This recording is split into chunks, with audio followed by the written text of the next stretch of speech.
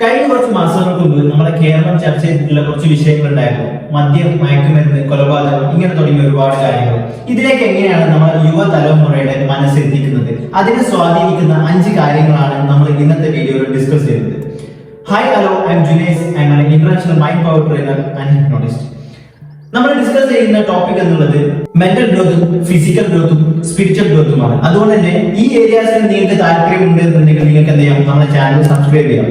Direct വീഡിയോയിലേക്ക് പോവുകയാണെന്നുണ്ടെങ്കിൽ നമ്മൾ സ്റ്റാർട്ടിങ്ങിൽ പറഞ്ഞ പോലെ യുവതലമുറയുടെ മനസ്സ് എങ്ങനെയാണ് ഇത്രത്തോളം കാഠിന്യം പേറുന്നത്, അല്ലെങ്കിൽ പല ക്രൂരതയിലേക്കും പല വിപത്തിലേക്കും പല തെറ്റിലേക്കും ഇവരെ എങ്ങനെയാണ് നയിക്കുന്നത്, അതിനെ സ്വാധീനിക്കുന്ന 5 കാര്യങ്ങൾ. അതിൽ ഒന്നാമത്തെ ഘടകം എന്നുള്ളത് പാരന്റ്സ് ആണ്, മാതാപിതാക്കളാണ്. കാരണം ഒരു കുട്ടിയുടെ സബ് കോൺഷ്യസ് മൈൻഡ് അല്ലെങ്കിൽ ആ കുട്ടിയുടെ കോർ ആയിട്ടുള്ള ബിലീഫ് സിസ്റ്റം, ആ കുട്ടിയുടെ ബിഹേവിയർ, ക്യാരക്ടർ, ഇതൊക്കെ തീരുമാനിക്കുന്നത് ഒരു 8 വയസ്സ് മുതൽ 12 വയസ്സ് വരെയുള്ള കാലയളവിലാണ്.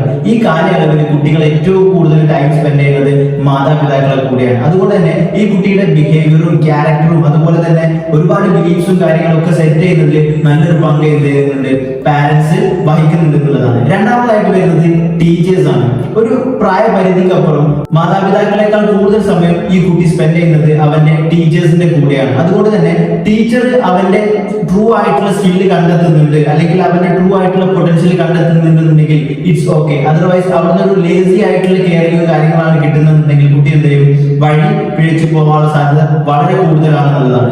അതുപോലെ തന്നെ മൂന്നാമതായിട്ട് വരുന്ന ഒന്നാണ് സോഷ്യൽ മീഡിയ എന്നുള്ളത്. ഇന്നത്തെ കാലത്ത് നമ്മൾ ഏറ്റവും കൂടുതൽ കുട്ടികൾ അഡിക്റ്റഡ് ആയിട്ട് നിൽക്കുന്നത് സോഷ്യൽ മീഡിയക്കാണ്. അപ്പം ഈ സോഷ്യൽ മീഡിയാസിൽ നമ്മൾ കാണുന്ന വീഡിയോസും അതുപോലെ തന്നെ മൂവീസും എല്ലാം എന്ത് ചെയ്യുന്നുണ്ട്, കുട്ടികളെ മൈൻഡിനെ ഷേപ്പ് ചെയ്യുന്നുണ്ട്, രൂപപ്പെടുത്തുന്നുണ്ട് എന്നുള്ളതാണ്. നമ്മൾ കാണുന്ന മൂവീസിൽ സ്മോക്ക് ചെയ്യുന്നതും അല്ലെങ്കിൽ മദ്യം യൂസ് ചെയ്യുന്നതും അല്ലെങ്കിൽ കൊലപാതകവും ഒക്കെ വളരെ സിമ്പിൾ ആയിട്ട് കാണിക്കുമ്പോൾ ഈ കുട്ടിയുടെ മൈൻഡ് വിചാരിക്കും ഇറ്റ്സ് നോർമൽ എന്നുള്ളൊരു മെന്റാലിറ്റിയിലേക്ക് എത്തുകയും ഇതിലേക്കൊക്കെ വളരെ സിമ്പിൾ ആയിട്ട് എന്ത് ചെയ്യുന്നുണ്ട്, കുട്ടി അറിയാതെ എത്തിപ്പെടുന്നുണ്ട് എന്നുള്ളതാണ്. അതുപോലെ തന്നെ വരുന്ന മറ്റൊന്നാണ് എന്ത്, ഗെയിംസ് എന്നുള്ളത്. നമുക്കറിയാം ഇന്നത്തെ ഗെയിംസിൽ മെജോറിറ്റി ഷൂട്ടിംഗ് റിലേറ്റഡ് ആയിട്ടുള്ള ഗെയിംസിലൊക്കെ നമ്മളൊരാളെ വെടിവെച്ച് കൊല്ലുന്ന സമയത്ത് എന്ത് കിട്ടുന്നുണ്ട്, നമുക്കൊരു പോയിന്റ് കിട്ടുന്നുണ്ട്, നമുക്കൊരു റിവാർഡ് കിട്ടുന്നത്, നമുക്കൊരു ഗിഫ്റ്റ് കിട്ടുന്നത് ഏത് സമയത്താണ്, ഒരാളെ നശിപ്പിക്കുന്ന സമയത്താണ്. അപ്പോൾ ഈ രീതിയിലൊക്കെ നമ്മളിങ്ങനെ സ്ഥിരമായിട്ട് അഡിക്റ്റഡ് ആയിട്ട് നമ്മൾ ഈ ഗെയിമൊക്കെ കളിക്കുന്ന സമയത്ത് അറിഞ്ഞോ അറിയാതെയൊക്കെ നമ്മൾ എന്ത് ചെയ്യുന്നുണ്ട്, നമ്മുടെ സബ് കോൺഷ്യസ് മൈൻഡിനെ, നമ്മുടെ കോർ ആയിട്ടുള്ള മൈൻഡിനെ പഠിപ്പിക്കുന്നുണ്ട്